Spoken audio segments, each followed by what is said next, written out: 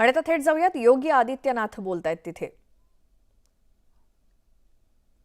महाराज की जो परंपरा है उस परंपरा को प्रणाम करने और इस परंपरा के सेतु को जोड़ने का काम किया है पूज्य स्वामी गोविंद देव गिरि जी ने, उनके प्रति कृतज्ञता ज्ञापित करने के लिए आज मैं स्वयं यहां पर उपस्थित हुआ हूं। मन में बहुत दिनों से इच्छा थी, वर्षों से इच्छा थी। बचपन में मैंने ज्ञानेश्वरी पढ़ी थी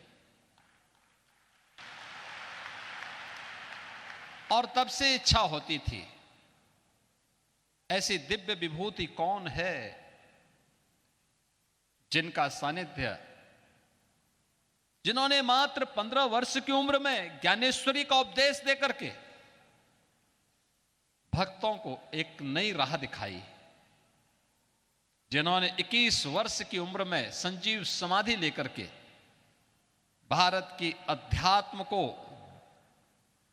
पूरे भूमंडल पर लहराने का काम किया था।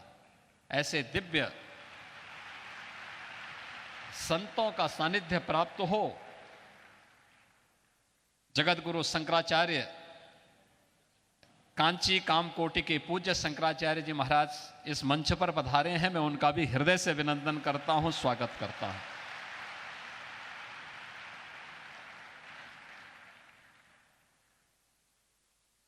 और आज ये मेरा सौभाग्य है कि मुझे साक्षात इस परंपरा के प्रति वहां पर दर्शन करने का सौभाग्य प्राप्त हुआ, वहां जाने का अवसर प्राप्त हुआ। बहनों और भाइयों, एक ही परिवार में 4 सिद्ध संतों का उदय,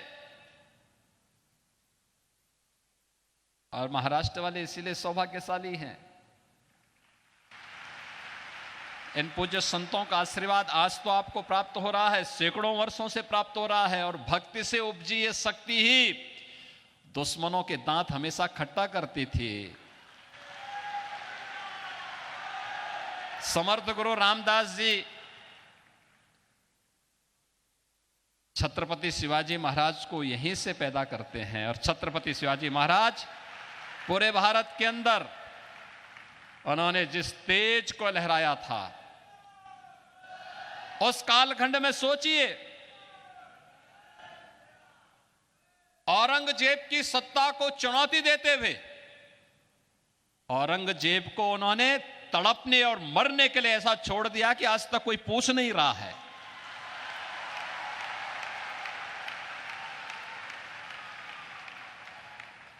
यह अद्भुत शौर्य और पराक्रम की धरती है।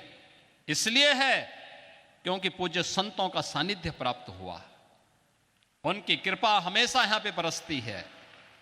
यहां के भक्तों ने अपने पूज्य संतों के सम्मान को जिन ऊंचाइयों तक पहुंचाया है, उसका परिणाम है कि शक्ति भी साथ साथ उनकी चलती है। और यह शक्ति का अद्भुत संगम छत्रपति शिवाजी महाराज के रूप में महाराष्ट्र के माध्यम से हम सबको देखने को मिलती है। यह मेरा सौभाग्य है कि जब मैं उत्तर प्रदेश में मुख्यमंत्री बना, आदरणीय प्रधानमंत्री जी ने जब मुझे दायित्व दिया तो मैं आगरा गया था। तो आगरा में एक म्यूजियम बन रहा था, उसका नाम था मुगल म्यूजियम। मैंने कहा भी मुगल म्यूजियम आज के दिन पे, मैंने कहा इसका नाम छत्रपति शिवाजी महाराज का म्यूजियम रखो।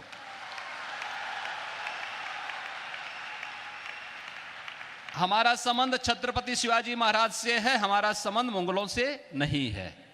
और इसलिए छत्रपति शिवाजी महाराज के नाम पर जाना जाएगा ये म्यूजियम, और छत्रपति शिवाजी महाराज की स्मृतियों को वहां पर सजोने का कार्य पूरी भव्यता के साथ आज हम लोग उसको आगे बढ़ाने का काम कर रहे हैं।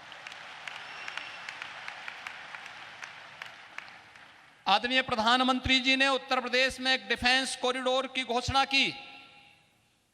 यह डिफेंस कॉरिडोर भी छत्रपति शिवाजी महाराज को ही समर्पित है। भारत की रक्षा सेनाएं आत्मनिर्भरता के लक्ष्य को प्राप्त होंगी, इस दिशा में कार्य भी वहां हो रहा है। तो यहां पे तो शक्तियां भी जुड़ रही हैं और पूज्य संतों के माध्यम से भी भक्ति भी आपस में एक दूसरे का सानिध्य प्राप्त कर रही हैं।